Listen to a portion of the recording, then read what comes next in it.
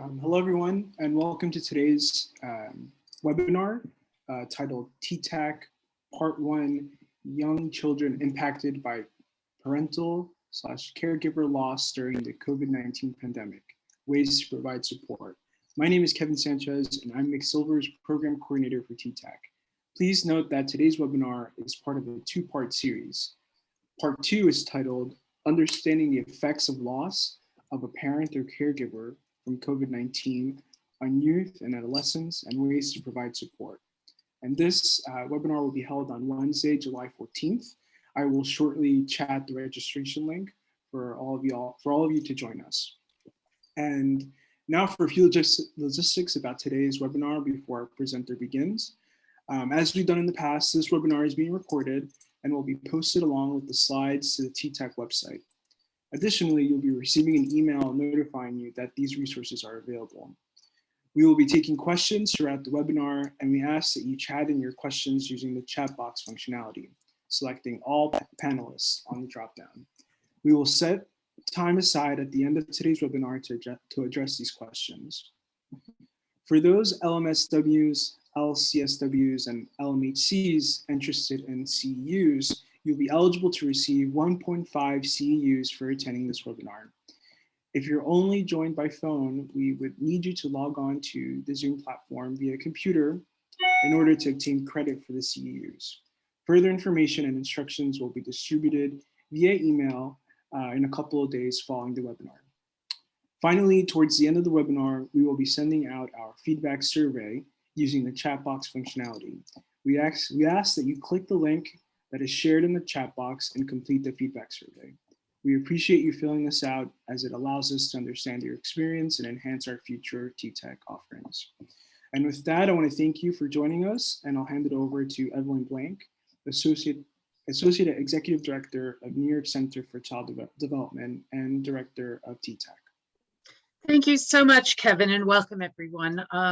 As Kevin mentioned, this is part 1 of a two-part series, Ways to Provide Support for Young Children Impacted by Parental Caregiver Loss During COVID-19 Pandemic. And on July 14th, this is part 2, we'll really focus on youth and adolescents in a very timely and needed presentation today. So just a quick overview of who we are, if you could go to the next slide. New York Center for Early Childhood Mental Health Training and Technical Assistance Center is funded through Thrive New York City in partnership with the New York City Department of Health and Mental Hygiene. TTAC is a partnership between the New York Center for Child Development and the McSilver Institute on Poverty, Policy, and Research. New York Center for Child Development has been a major provider of early childhood mental health services in New York, with expertise in informing policy and supporting the field of early childhood mental health through both training and direct practice. NYU McSilver Institute for Poverty, Policy, and Research houses the Community and the Managed Care Technical Assistance Center, which offer clinic, business, and system transformation support statewide to all behavioral health providers. TTAC is tasked with building the capacity and competencies of mental health and early childhood professionals through ongoing training and technical assistance. And if you just go to the next slide, you will see a screenshot of our website, and we'd encourage you to go there and to really look for past presentations. All of our webinars have been archived and can be accessed there. So it is now my privilege to welcome back and to introduce Dr. Joyce Ososki, who's been a true leader and a pioneer in the field. She's a clinical and developmental psychologist, and she holds the Paul J. Ramsey Endowed Chair of Psychiatry, as well as the Barbara Lemon Professor of Child Welfare at Louisiana State University Health Science Center in New Orleans. She also serves there as the director of the Harris Infant Mental Health Center. She has published widely on many topics related to children and trauma. She is the past president of the World Association for Infant Mental Health and of 0 to 3, National Center for Infants, Toddlers, and Families. And she's currently the clinical consultant and on the leadership team for 0 to 3 for the Safe Babies Court team. She's played a major key leadership role in the Gulf region following Hurricane Katrina, as well as with the Deepwater Horizon oil spill, and was also clinical director for child and adolescent initiatives for Louisiana Spirit following Hurricane Katrina. She currently serves as co-principal investigator for the National Child Traumatic Stress Network Center, Terrorism, Critical Incidents, and Disaster Coalition for Child and Family Resilience. She has received numerous awards in recognition of her significant contributions. So thank you so much for joining us again, Dr. Osofsky, and I'm going to turn it over to you. Thank you very much. It's really, I consider it a privilege to be here today, to be able to talk about this very, very important topic. Evelyn Blank and I were talking just before the webinar that we really welcome the opportunity because we're not sure, we know the losses are taking place, but we're not sure people are paying much attention, and we're really concerned that children receive the services that they need and the support that they need, children and families. So we're going to, during this webinar, review the impact on young children of many losses that have occurred with the COVID-19 pandemic, and then look at the stressors that children and families face with grief and loss and ways to provide support. And we're also going to talk about places where support might be provided to make it easier for people to access them. We're going to look at the way young children respond to loss to deepen our understanding of the grieving process and offer ideas of ways to respond, particularly through supportive relationships. And you're going to hear that theme throughout this webinar. And then looking at individual differences, the importance of cultural diversity in the grieving process, and also, very importantly, reminding adults of the importance of self-care, because we talk about the importance of supportive relationship and adults being available, but adults are being impacted as well. So to look at the data, which is really somewhat overwhelming, as Evelyn Blank mentioned, I've done a lot of work with disasters, and we certainly have deaths with disasters, but not the overwhelming numbers that we're getting with COVID-19. For every 13 COVID-19 deaths, one child under the age of 18 has lost a parent, and many of them very young children. And research estimated about 40,000 children, and many of you have probably read this in the press, have lost a parent to COVID since February 2020, and 1/4 of those children are younger than 10 years of age, which is why it's important to concentrate on young children as well as older children. So further research shows that each COVID-19 death leaves 0.078 children aged 0 to 17 parentally bereaved, which essentially represent, to look at that, what that figure means, between 17.5% and 20% increase in parental bereavement without COVID-19. There's research done on this bereavement multiplier, but it translates into large numbers of children who lost a parent. And the numbers as of February 2021, 37,300 children aged 0 to 17 years had lost at least one parent due to COVID. And you have seen what percentage of those children are younger children. Further, we all know about the inequities of COVID. We talked about that very early in May and June of 2020. The inequities are becoming very clear. So Black Americans represent 13.4% of the population and represent 20% of the parentally bereaved children identified in any of the studies we've seen out there. And we also know if our world was more equitable, this outcome would not be happening. With more racial justice, more health equity, overall, we would not be seeing these figures. So the scale of COVID-19 mortality merits many more efforts to track how many children are affected by parental death and figure out ways to reach out to them to help them. We all know about the sudden parental death that occurs with COVID. We all know about the fact that people who have had significant symptoms of COVID go to the hospital, and the children and the family don't see them again. They haven't been able to be with them, to support them. And that can be very traumatizing to children as well as parents, because the family member leaves and they never see the person again and they don't understand why. So the other problem, of course, is they can't be with the bereaved, with the sick parent. the parent goes away, they never see them again, and then they're also isolated. We've been isolated. It's starting to open up, but until very recently, a lot of isolation without the usual support. Economic hardship, Philip Fisher talked about that in the webinar in the past month. And essentially, the problem, particularly for younger children, but it's the same for older children, is they don't have the kind of support they need. And the usual supports that are there can't be there. We were talking just before the webinar about the fact that with, quote, I'm going to say normal disasters like hurricanes or tornadoes or even wildfires, you can reach out and help people. You can be out there, but we haven't been able to do that with COVID, and that has such an impact on children and families. So I borrowed a couple of slides from Dr. Fisher's presentation, just so if people did not hear that presentation, you can see the level of emotional distress in households for both parents and children tied to the number of material hardships. And you can see that the level of distress for both the parent and the child increases significantly with material hardships in families. And we know that's occurred in many of the families where there have also been parental loss. And certainly parental loss contributes to the hardships in the family, not just emotionally, but also practically in terms of jobs and other types of issues. And then the one other slide I'm borrowing is just one that illustrates financial and material hardships, caregiver distress, and child distress. And that will be our focus of how to help in that area.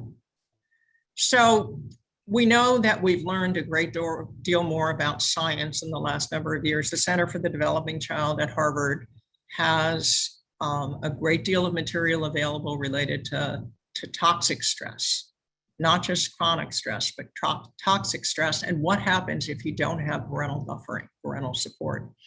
I like this slide because it puts it in some kind of a context to understand where we are. So certainly we all have stress in our life.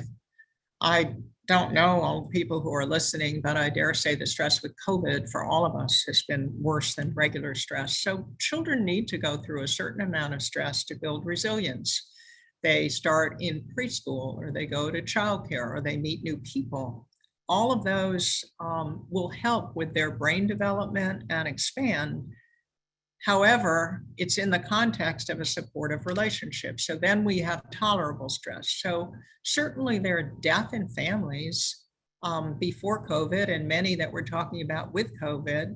But one of the things that's important to emphasize is if a child experiences parental death and there's a supportive caregiver who can buffer that stress response for them, it won't do lasting damage either for very young development to the brain or in other ways in terms of development. However, what we're seeing now with COVID is toxic stress. We're seeing repeated exposure to negative kinds of things. And one of the things we were talking about in advance is that there aren't even the supportive people in schools or childcare, preschools, relatives, other family members to support them at this time because of the social isolation. And then the result is much more increased vulnerability for these children with both physical and mental health problems. And here, this slide talks about parental addiction. And we do know that there's been an increase in parental addiction in general with COVID as well. So the children are in a situation without the supports that they need. But one of the things that really is important that we're talking about today is those supports can be provided, but we need to pay attention to them. So with positive tolerable stress, we do see resilience. It's a controlled situation. It's those situations for children where they have been isolated but have been able to have parental support. It's children who've been working virtually and have had access to the internet and access to the computers or iPads that they need and someone there to help them with it. That's been stress, but it's tolerable because there's been somebody to support them. But the toxic stress leads to much more vulnerability. For those families that have had fewer resources, we saw the data just before from Dr. Fisher's data about the impact of material hardships on families, and the lack of that kind of supportive relationship, particularly when there's been a death. And so you see much more vulnerability and unpredictability in those situations. So what are the risks for children with such losses? And these are the risks for children in general, not just for younger children. Traumatic grief. And I'm not going to talk a lot about it here, but people have talked about disenfranchised grief, where there's no way to put the pieces together because someone just disappears and you can't say goodbye. Depression, and you can see that in younger children. You certainly can see anxiety as well. But then as they get older, or even in a young age, it can lead to difficulties in school with their educational outcomes. We're already seeing that with many families. It hasn't necessarily been linked to parental death. It's been linked a lot to hardships and virtual schooling and other types of things, but we certainly are seeing effects on education. And I know through our, Evelyn Black mentioned our National Child Traumatic Stress Network grant, we've done screeners related to teachers and other school personnel and their thoughts when schools are reopening, and they're very concerned. They're concerned about their own families, very concerned about the children and educational outcomes, but also social and emotional development. Then generally when they get older, unintentional death or suicide, and consequences can persist into adulthood. However, with support and supportive environments, they certainly can make a huge difference for children. So I wanted to take a look at the developmental considerations for young children. And here we're talking about very young children and then also children that go into the younger school years. So for young children, 2 to 4 years of age, and certainly younger than that, they really don't have a cognitive understanding of death.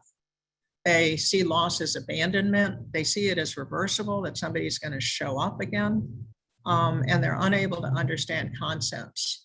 I know that I've heard situations and read about situations and seen situations where families have said the child keeps waiting for the person to return, the little child. By 4 to 7, there's more sense of autonomy. What happens then sometimes is the child can feel guilty. You know, they may have had bad thoughts about a parent, or they may have been angry at a parent just before all of this happened, and they may feel like they're causing it as well. But the permanency of death at that age is not really there for children. They don't really understand conceptually that the person is not coming back. And I know clinically, there's an example of a colleague of mine who saw a little 3-year-old who'd lost her father many years ago, not related to COVID. And she had some counseling and she was doing okay, and then stopped counseling at about the age of 4 and asked her mother when she turned 8.5 to 9 if she could go back and see the counselor. And the mother said, yeah, sure. And so she took her back and she said, I wanted to see you again because I just realized that I'm never going to see my father again. I kept thinking he was going to come back, and I realized now that he's not. And so that change in how a child understands is really important. So they think death may be reversible, that the person's going to come back. What a young child will be aware of more are the changes in routine and how it affects what they usually do. Well, there have been so many changes in routine with schools and childcare and preschool and daycare, but these relate to significant changes in routine in families. And so you can see regression in eating and sleeping. The child often become more clingy. We saw a lot more clingy behavior after Hurricane Katrina, and we're seeing it now. And separation anxiety that goes with that, more irritability and crying because everything's different. And then we always know when we use the term dysregulated, you know, the child who has more emotions up and down and behaviors that they really can't control. The other thing that children do is they ask a question over and over again.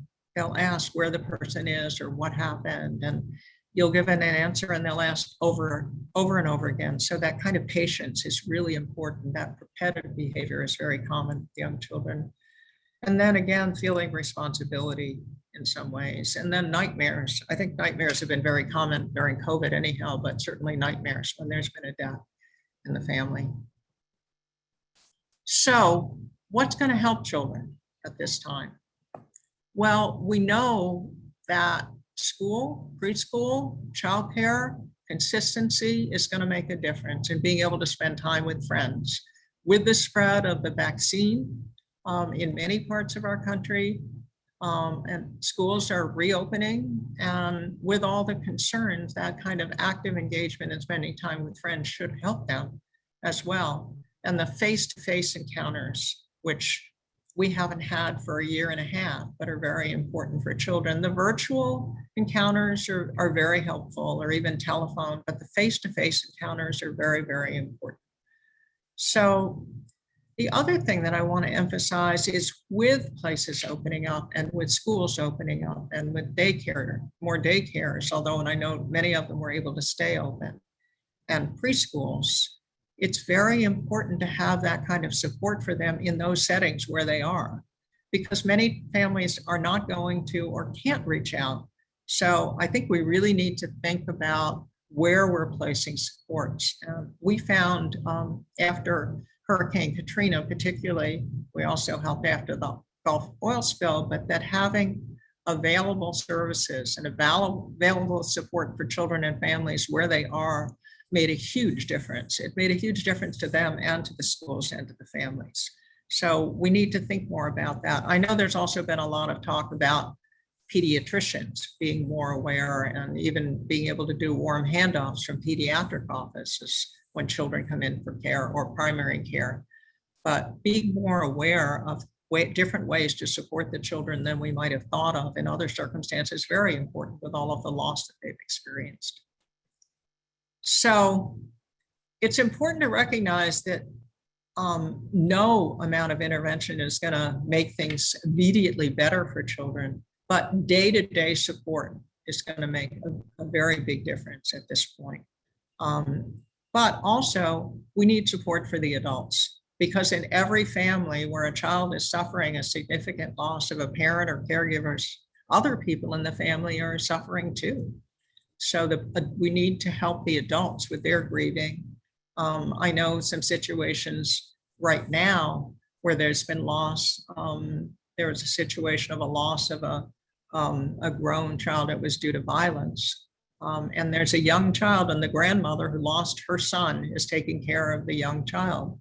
And it's really hard in many ways. So we need to think about supporting the parents as well. The children and the caregivers. I should say the parents or the other caregivers. It can be a grandparent, it could be a friend, it could be somebody in the family, but we need to help them as well. Now, I mentioned Dr. Fisher's survey, and I want to bring up something about the Sesame Street COVID survey. So in early May and June 2020, they reached out to over 600 parents and children from 43 states. They wanted to know how the children were doing. And so they, in the way Sesame Street does things wonderfully, were able to get them iPads, and they contacted them frequently to get this information from them. There's actually been that was the first wave. There's been a second wave in January, February, March 2021. The data isn't available from that yet, but they followed up in many ways. And you can see the title, which is really important to recognize. The kids are all right, but why are they all right? Children and parents in the age of COVID. And some children are okay, not all children, but I think it's important to see what has helped these children be all right. So from the survey they did earlier, what was most important for children to show resilience was the continued connection in person with family, particularly with a close parent or caregiver, which obviously is going to be high risk if there's been the death of a parent or caregiver. They don't have data reported on that, but this data is extremely important to learn what's going to help the children where there's been experience of a loss of a parent or caregiver. And for children, parents, they reported, and as said, it was a large survey, parents represented hope to them. They trusted their parents would be there to fight the virus in some way or other. And they always felt like they could depend on them or go to their parent and their parents would keep them safe. We said in the very beginning when COVID came, that was such an important message that parents and caregivers needed to share with the children, that we would keep them safe. That's something that we always say after disaster work, and people always raise the question, well, how do you know you're going to keep them safe? Can you really keep them safe? And I said, well, we don't necessarily know, but we're going to do our very best to keep them safe, and that much we do know. So what they found also in this survey were routines were important. And I already mentioned that routines are obviously going to change, as we know if there's been a death of a parent or caregiver. So then there need to be new routines, because children do well, we all do well with routines, but particularly children, a predictable home environment so they know what to expect. And with a predictable home environment and routines, they found fewer mental health symptoms reported of either anxiety or externalizing behaviors in 4 to 5-year-old preschoolers. And again, it's report data from families, but this is important because we know those things make a difference. So overall, the Sesame Street data indicated that although COVID impacted children's lives, for many children, it hadn't totally overwhelmed them. How do they continue? They were asked the question, how do they continue to be, quote, regular kids during a global pandemic? Caregivers represented hope, caring, wisdom, someone they could turn to if they were worried or upset or depend on to keep them safe and give them hope. So this is something we need to remember in families where they've lost a parent or caregiver, of having someone there for them that can support them and care for them and keep them safe.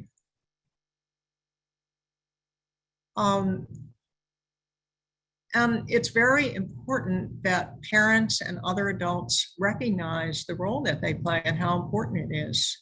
And I've already talked about, even saying or helping to support children, they're certainly going to do their best to keep them safe, and also emotional awareness.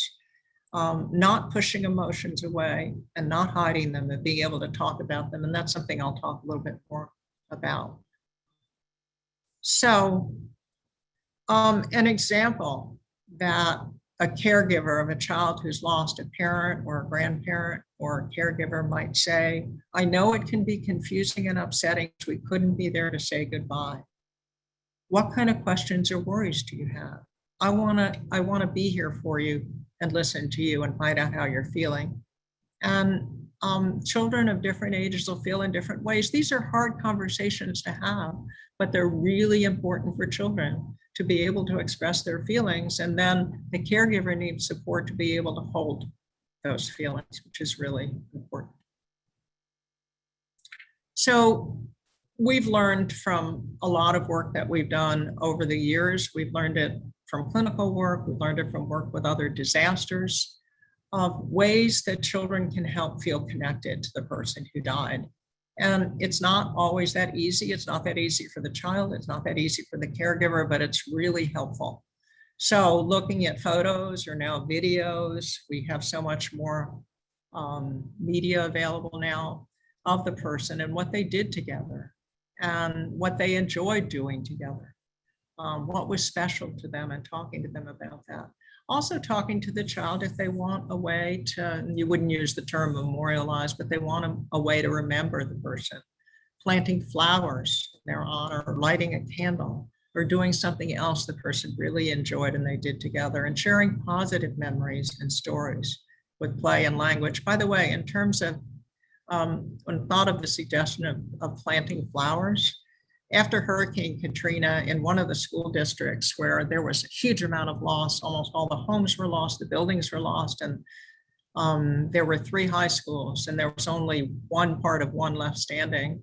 And the children decided they wanted to memorialize the situation by planting flowers of the different colors of the high schools in front of this one part of a building that was still standing. But it's really important to find ways that help children to remember, to help them feel better, to be able to keep their good memories about that person inside. So we don't have opportunities to say goodbye with COVID. So there hasn't been able to be any planning with predictable death. It's not easy. And there are many sudden deaths that are not easy, but with predictable death, there can be some planning and support, but all of them are traumatic with COVID.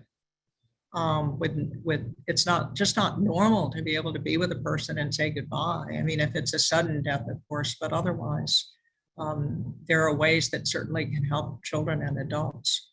And that can lead to the complicated bereavement that I mentioned before. The other thing that we need to also think about is children can be overlooked.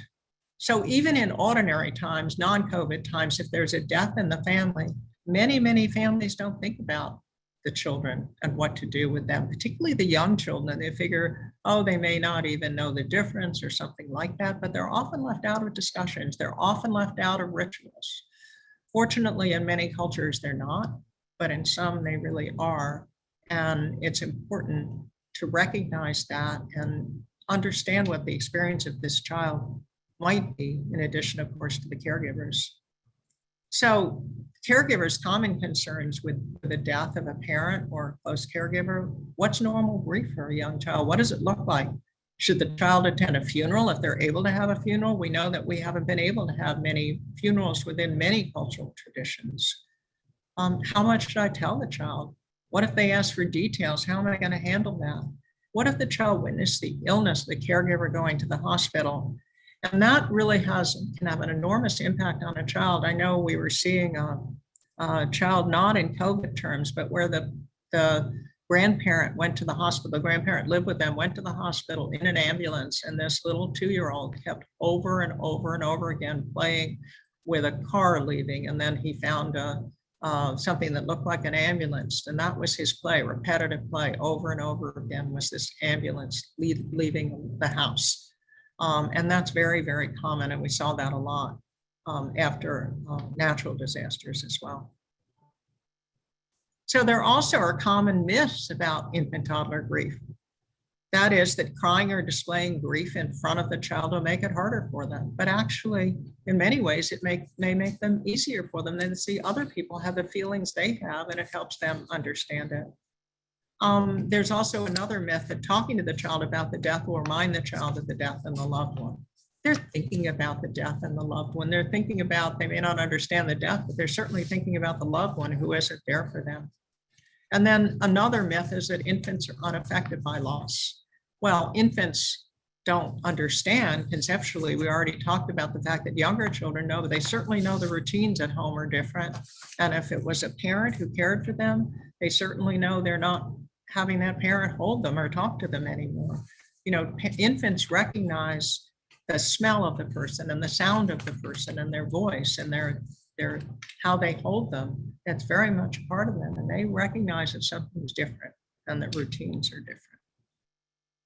So we need to talk about helpful interventions, and we'll start with the 2 to 4-year-old, but they're also very significant for the same thing for the older child as new routines. And we've talked before about needing a new normal during COVID, a new routine. There's a new routine when schools have closed. There's a new routine when schools and preschools have opened.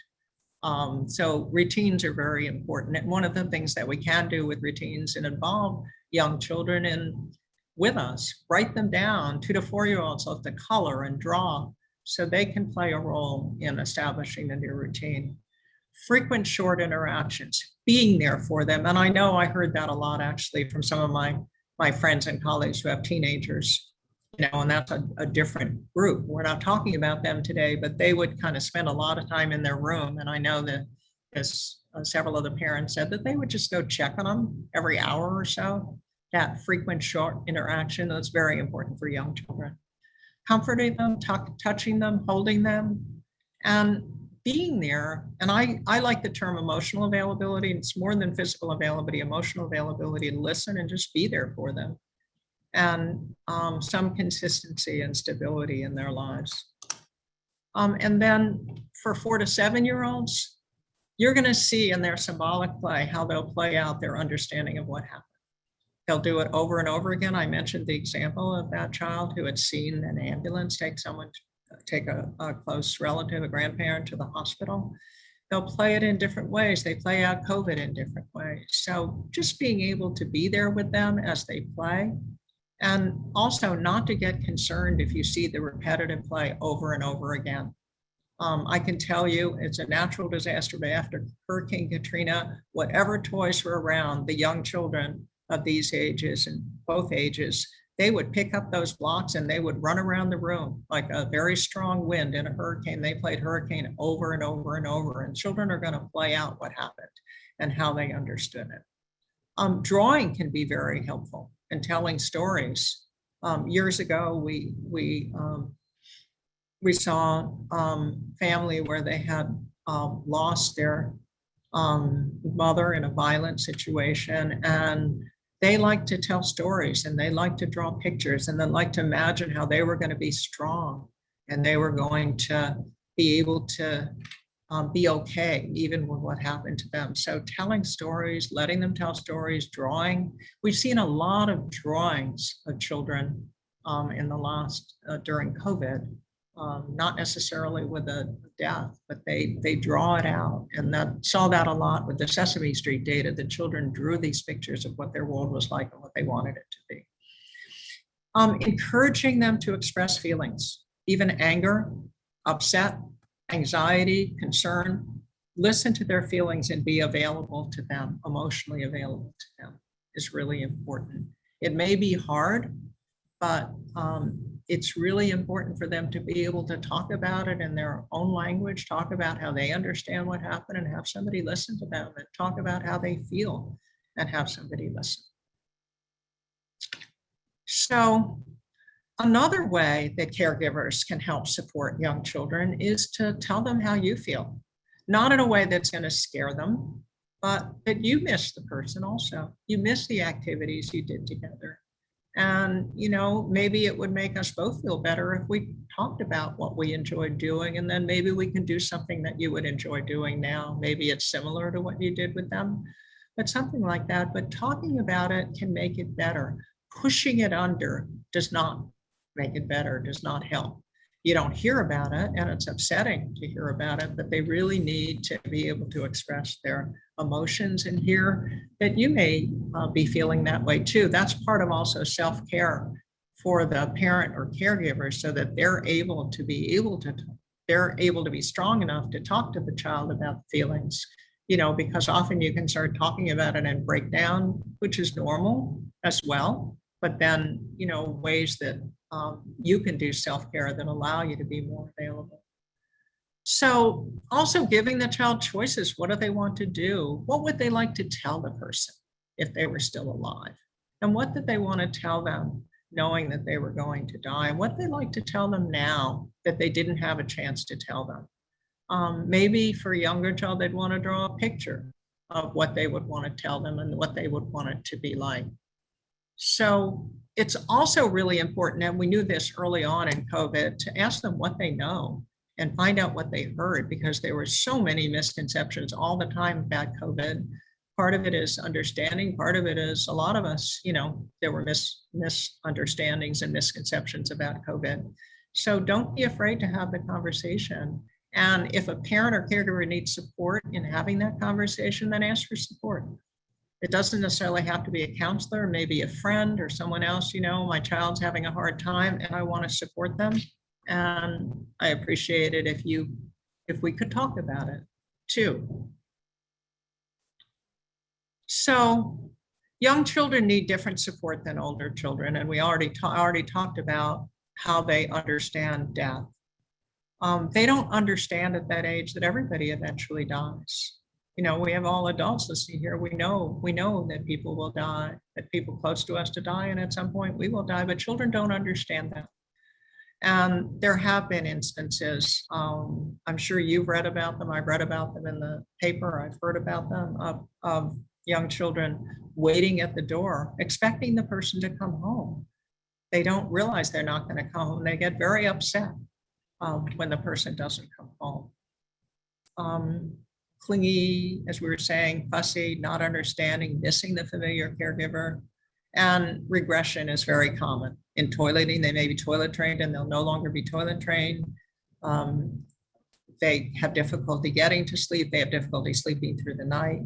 You may even see regression in language. We see that with a lot of trauma. You can get regression in language, children who are able to articulate and talk very clearly, and then are having difficulty with it, with the deaf. So I've talked about usually at 8 or 9, children understand that death is permanent and that it's not reversible. They'll probably play out in their activities or drawing how they understand death. And though it could be upsetting to a caregiver, it can really be helpful to a child to play some of the things they enjoyed playing with the caregiver who's no longer there. And something that reminds them of the caregiver. And again, prepare to be asked questions repeatedly over and over again. They ask the question, you answer it, they ask it again, and you answer it. And that's one of the ways they cope. And, you know, maybe their hope is just like waiting at the window for the person to come back. Maybe if they ask it the 10th time, you'll answer it differently. So that's a part of what young children do often. What can interfere with supporting children related to grief and loss? Adults being preoccupied with their own grief or overwhelmed and not being able to say goodbye. And we know that. And there have been so many traditions that have not been able to be experienced at the time of death and loss. And that can interfere with adults being able to support the children. It may be hard for them to think about the child's developmental needs because they have so many needs themselves. And that's not at all selfish. It's what people are going through, but it needs to be recognized and talked about. So perhaps the adults can get some support as well. And again, with adults being preoccupied with their own grief and overwhelmed with preparing for the person who's dead, who has died, or planning for that, they often don't think about children. And children just aren't included. They figure the children are going to be okay. And yeah, they'll be okay, but they need a lot of support to be okay. The other thing that children do is they may cry and be upset and be clingy, and then 5 minutes later be playing. That's what young children do. So they easily can be distracted by playing, and adults don't understand why they can go back and forth in this way. But that's something that children do, and they may think that they don't care because they're playing, but children play, and children play to soothe themselves, probably even more now, and because it gets them away if they can do something familiar. So we can't emphasize enough the importance of a loving, supportive person to be there. And if it's not a familiar person, then it's going to take time for the child to get used to the person, but trying to be there and trying to listen and be there to support, and that repetitive thing on the part of the parent or the caregiver at that point is very important. Why should you talk to children about death? Many people worry it'll make it worse. More often than not, a clear, direct explanation placed in reality in language they can understand can help. I just was talking to someone yesterday who had to talk to 2 young children about the fact that their parents had died and nobody had talked to them. They were sort of left there, and the parents had died. It wasn't related to COVID, it was related to a totally different circumstance. And nobody was talking to them because nobody knew how to talk to them. So some kind of language that children can understand is will more likely bring relief to them than them having to figure out themselves. I know a number of years ago, we had a case where a grandmother was taking care of the young child, and the grandmother put her head on the kitchen table apparently and died. She was babysitting this very young child, and the child thought that the grandmother just went to sleep. She didn't realize that she had died until some other adults came home and realized what had happened. So we really need to talk to children so they can understand what happened, because they're going to have all kinds of fantasies and ideas and imagination that can be much more frightening than reality. And so that's why another reason it's important to talk to them. So there's no fixed script about how to talk to children. But but the unique relationship in the family can make a difference. Some components that seem to be really helpful, that the deceased person can't be with the child anymore, they didn't want to leave the child, and that the person won't return. But that in the context of, if you're going to talk about that, is there something that you would like to do to help you remember the kinds of things that you like to do, something that will help you think about the person, and they can be with you that way, even though they can't be with you in person. So also telling the child that you're going to miss the person too. That we're all going to miss the person, but we're all going to get through it together. That kind of support that we were seeing in the Sesame data, in terms of really having a trusting, in that case, a parent or caregiver there for them. Well, that's what they need now. And recognizing that everybody's impacted by it. And then helping them through play, through drawing, to express their emotion. And also talking with them about if they're concerned that something they did or said contributed. You know, children get angry at parents a lot. Children get upset at parents a lot. Well, if that's happened, I mean, that's normal. You know, it's normal. They say, oh, I don't like you. I don't like what you did. Oh, you didn't do this for me. And that's normal. Well, if that person disappears the next day and isn't there anymore, they may think that their thoughts and what they said or did made a difference. And that's why the person wasn't coming back. That's really, really important for children. It's very common for them to feel they remember, oh, I said something that wasn't nice, or I didn't cooperate, or I didn't do what they wanted me to do. So some things that they can do together, caregivers and children can do together, draw a picture of the person or thing they've lost. Something that we do with therapeutic work is, you know, kind of tell a story. And I'm not really talking about therapeutic work. I'm talking about what parents and caregivers can do in families where there's been a loss. Draw a picture of the person or thing they lost. They might want to make a picture collage, pictures they have. Might want to create a video, something they have. Ask the child to talk to you about the person and the child they spent together. And really important to retell good memories.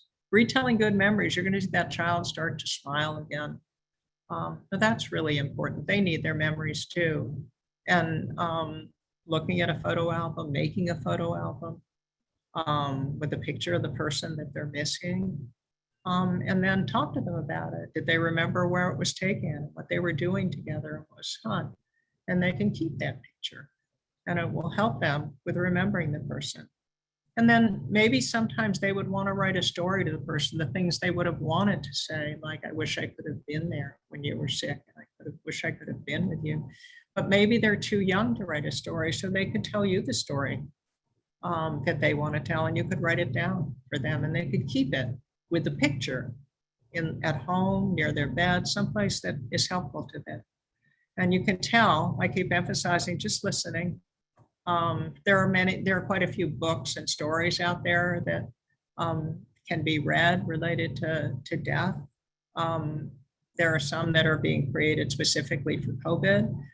But I think that some of the kinds of things we're talking about with that can be extremely helpful. And then the last thing I wrote down there was give a hug. Physical contact can be really helpful. We know that for adults as well as children. So additional worries for children, parents, and other caregivers. Children may worry about what will happen to them, or what will happen to their families, or what will happen to other people in the community with the death of a parent or a caregiver or grandparent. We had an example actually in one of our clinical cases. There was a child a little older than not too much older than the 7-year-old. He said, if school opens, I don't want to go back to school in person. And so the therapist who was with him, counselor who was with him, asked him why he didn't want to go back to school, you know, that he was having difficulty with remote learning and he, you know, school would be better. He said, well, my grandmother died of COVID and I'm afraid to go to school because maybe I could catch COVID and then I would bring it home to my family and somebody else would die. So it's really important to know about what children are worried about and ways to support them. Certainly now with the vaccine, we can support them in more ways than we could before, but children need reassurance whenever possible. They, you know, just like early on, parents and caregivers talked about how to keep safe with COVID. Now, you know, they can take control, continue to wash their hands, places where they need to wear a mask, but also the vaccine that's helping with that. So providing reassurance that precautions are being taken and that, you know, very unlikely to happen again. And then, as we said before, new routines. And when schools open, there are going to be have to be new routines at home, as well as routines at school are going to be very important. Recess time with other kids is going to be very important. I know schools are thinking about all of these things now, preschools and childcare, but it's very important. And again, if the child can participate in creating the new routine with the caregiver, that would be really helpful, because that can really reassure them that they can play a role in making things better. So again, the most important protective factor is a committed, available adult capable of sensitive, responsive, reliable caregiving and emotional support. And, you know, you've heard that throughout. We saw it in the Sesame Street data, and it's a way to address the other data that we saw as well.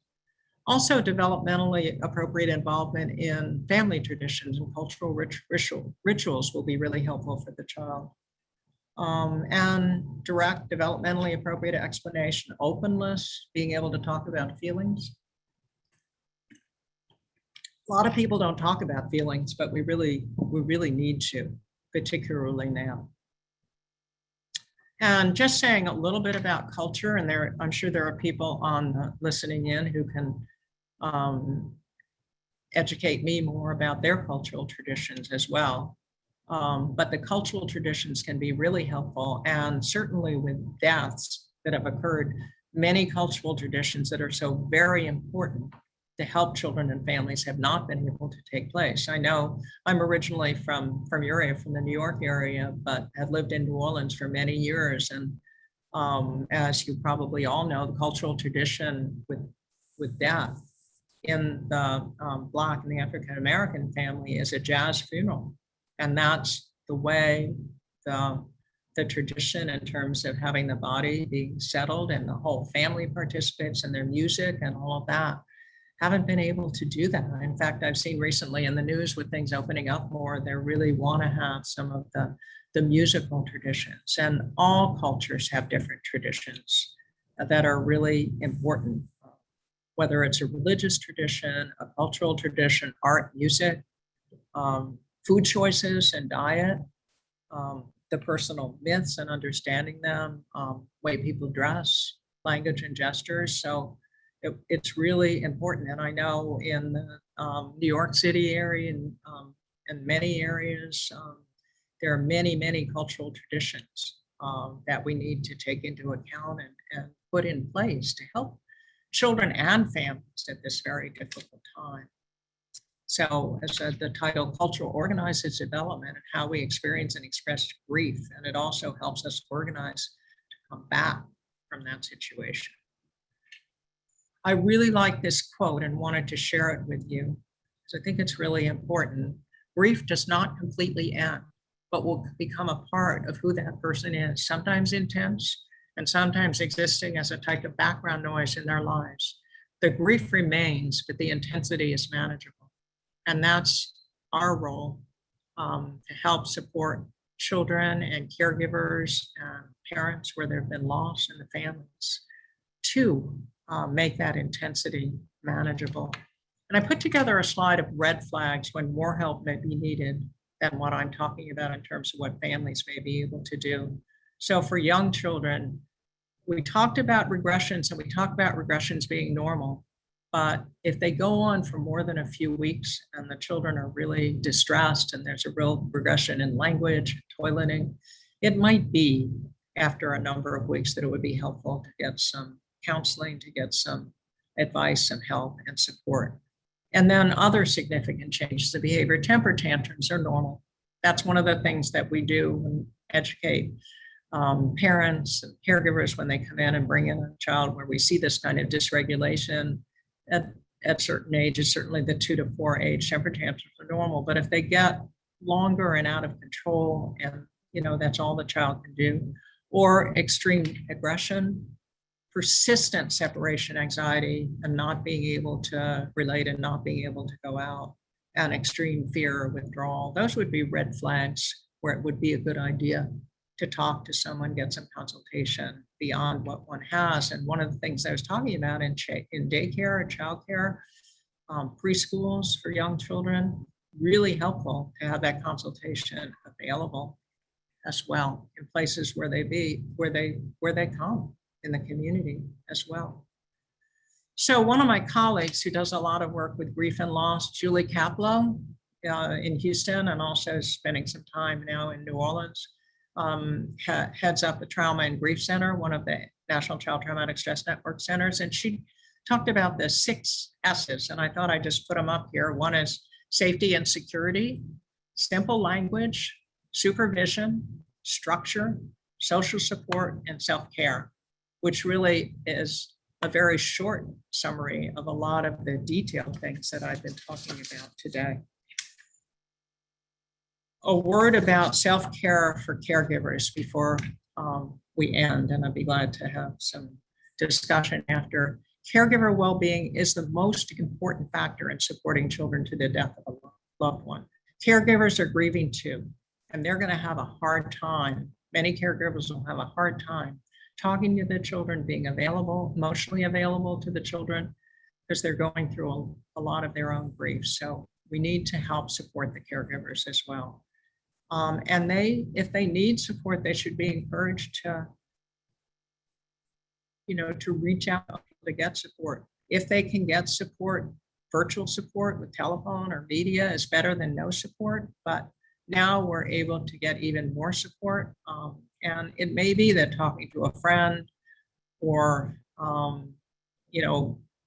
talking with a number of people who have gone through this, and I've seen written that there have been a number of families where parents have been lost, and there have been groups that have been helping other groups, but it's very natural now to need support and seek support. So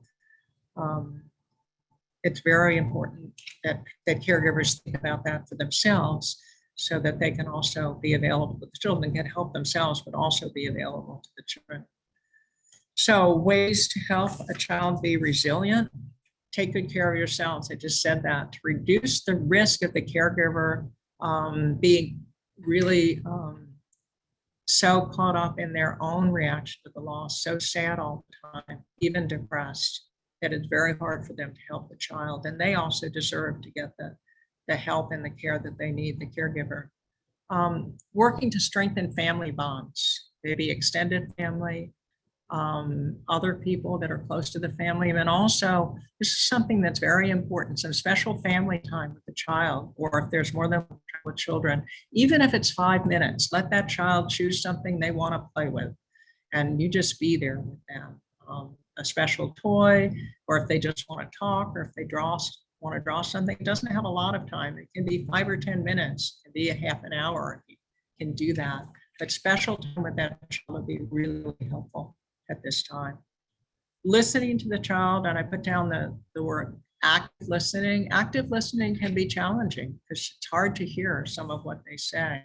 But if that's possible, to listen to your child and do active listening, it helps the child be aware of their own feelings. And they may feel that you have feelings too, and that's okay. That's okay to know. It's not just them who have the things that you do. We can't say too much about consistent structure, so children know what to expect, and we know what to expect. A warm family environment, open communication, clear family rules that go along with that is very important. And then I didn't want to end without saying something about the importance of anticipating times that will be stressful. When you've lost a parent as a child, there are times that are stressful. Your birthday, the parent's birthday, a holiday when they're not there, them not being there when you start preschool, they usually took you to preschool or childcare, them not being there to do that. All of those times can be particularly stressful. And if you anticipate it and prepare the child for it, it'll work it can work a lot better. And then I wanted to end with a statement from Fred Rogers, and you know how much he helped children all the way along. I enjoy right now the special movie that was made about Fred Rogers, which is saying many of these things. The most important thing is for children to feel safe and loved and supported. And if they've lost a parent, it's important for them to feel safe and loved and supported. In general circumstance, it is they lost a parent.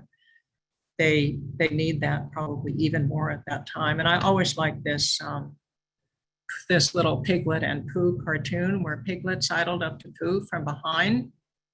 And Pooh, he whispered, and yes, Piglet. Nothing, said Piglet, taking Pooh's paw. I just wanted to be sure of you.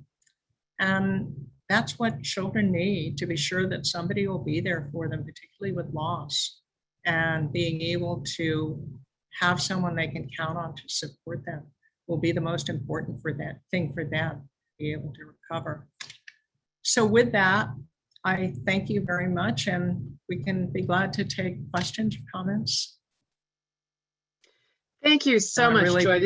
This has just been so informative and so sensitive, and really kind of frames out how we can be most responsive. If anybody has questions, please chat them into the chat box. We'd be happy to take questions from you right now. Wanted to remind everybody, please do fill out the evaluation. You have the link there in the chat box. And also in the chat box is a registration link for the next upcoming webinar that really is going to focus on loss of a parent or caregiver for youth and adolescents. So we'll take a moment to see if people have questions. This was such a comprehensive and thorough presentation. We really appreciate it. Thank you. There had been one comment. Yeah, go on. Go on. Well, I was seeing this one. I also really wanted to thank you for the opportunity to be able to talk about this today. One of the things that Evelyn Blank and I were talking about is not talked about as much. So Beatrix, and I don't think I'm pronouncing it, Quinones, I don't know if I pronounced that properly. There was a 5-year-old who was ill when her mother got COVID and died. She blamed herself for the loss of her mother. And during therapy, they planted a flower and the flower died, and the child blamed herself for the death of the flower and the death of her mother. That's so sensitive, what you're saying, that illustrates what children are going through. And then I wonder what the next step is there. You know, that obviously that's a vivid example explaining to her that, you know, that she wasn't the one that caused her mother to die, and certainly wasn't the one that caused the flower to die. And maybe they can tell a story, even go in another direction, because flowers do die. So we won't want that to happen again. But you know, maybe they could put a story together and they could draw something like that, so that would be something that she could keep and feel good about, as opposed to going through another trauma. Lovely thought. Somebody asked the question, what role can exercise or sports play in helping a child getting outside and being active through the grieving process? I'm so glad you brought that up. I actually probably should have had that in the presentation. Active exercise, sports, and being, now we can be out with other children too, now that in some circumstances, even if we have to mask, you know, because there've been more availability of the vaccine. But exercise really makes a huge difference in terms of feeling better for adults and children. So that's a wonderful idea, to go out and exercise, run around, play games outside. Very, very important. And I've heard many people say, oh, we can finally get outside and play and be in the fresh air. So I'm really glad you brought that up. That is a very important point and will help. So do you have any specific suggestions for working with children where feelings towards the deceased are more mixed, i.e. a history of being abused or towards the child or other caretaker, history of substance abuse, etc.? That's such an important question. And I think some of what I've said will be helpful in that circumstance if whoever the caregiver is that they're talking to is able to listen and hear that. we've seen certainly clinically many situations where the child has very mixed feelings toward a person who's died, particularly when there's been domestic violence or substance abuse, those types of things. But again, being able to talk about it. Also for the young child who might feel that, you know, because they probably had negative feelings that maybe they caused it too, being able to talk about that. I think some of the kinds of things that I suggested will make a big difference in those situations too, but the caregiver also has to be able to listen to it, that everybody has to be able to kind of regulate their emotions enough to talk about it. But certainly in situations even where there isn't a loss, talking about the abuse and neglect or exposure to domestic violence for children is very, very important. And it may be that the caregiver is in the situation where they've also experienced some of that as well.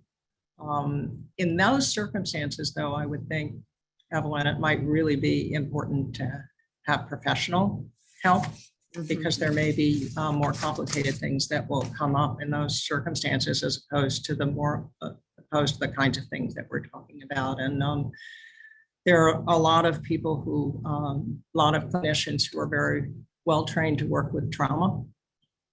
So it would seem like reaching out to somebody who can help them in that way would be very important. Definitely. Do you know of any websites for parents to view in regards of support for parents losing a family member? Well, there are a number of websites that have put information out. I know that the Child Mind, I was going to post some things, and I'm glad to share them with the group as well. Child Mind Institute has helpful information for parents, and 0 to 3 has some helpful information. Some of it focuses on death and dying, but they have helpful information in general, and they have some on death and dying. I haven't looked at the NAAYC website. My guess is that they have there. They're also the pediatrics website, American Academy of Pediatrics, has helpful information there as well. I would be glad to send you a list of resources and websites that you could share with the group. I'd be glad to share with the group. That would be wonderful.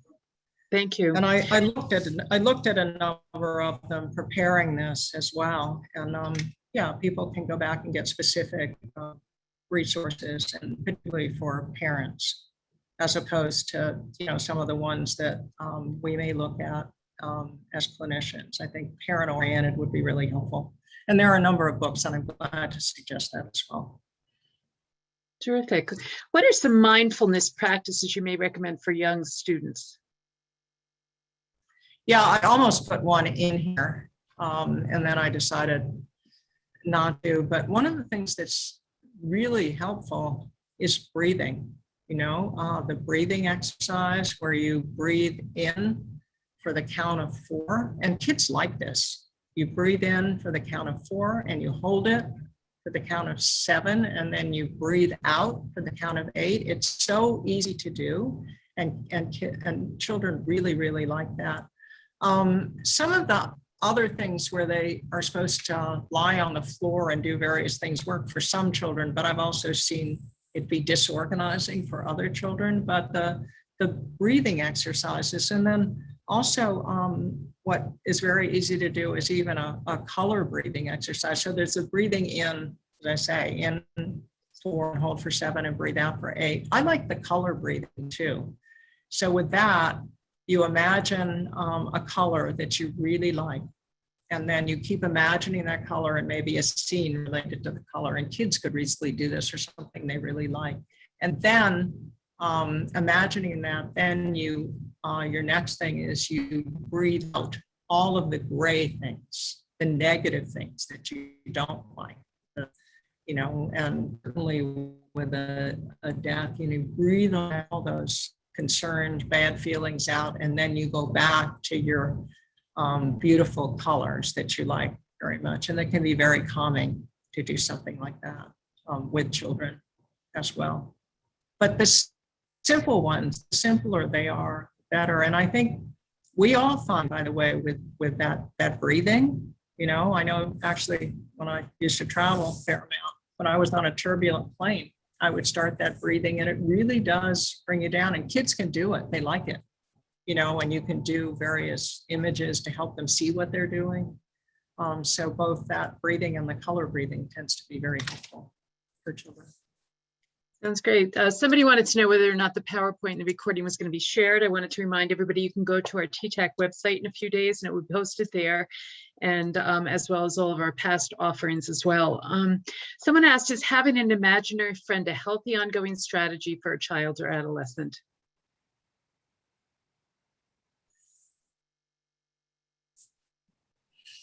That's an interesting question in this circumstance that we're talking about, because you know, imaginary friends are common with many children. I think the only thing I'm careful about when there's a death is whether they get preoccupied of thinking all the time of the parent they've lost or the caregiver that they've lost with this imaginary friend that's going to take over for them. So I would say the idea of an imaginary friend would probably be fine, as long as they continue to do the quote normal things that they usually do and just don't continue to be just thinking about the imaginary friend in this case. What I was thinking about when you brought that up, it may be helpful, particularly for younger children, is if there's a stuffed animal that they get comfort from. I know with a case right now that we're working with, the therapist has a little stuffed animal, and the child who's had a loss has a little stuffed animal. And that is very comforting for the child as well. So I think something concrete for them can be extremely helpful in these circumstances. Terrific, great. Somebody also asked about a child who's 9 is bedwetting, and they had the child evaluated medically, but they didn't find a medical reason. So maybe if you could just comment on what steps to take or what that might be about. Well, one of the things that we've certainly seen clinically with bedwetting or also encopresis is it correlates with stress in the family. So we talked about regressions that can occur with a death.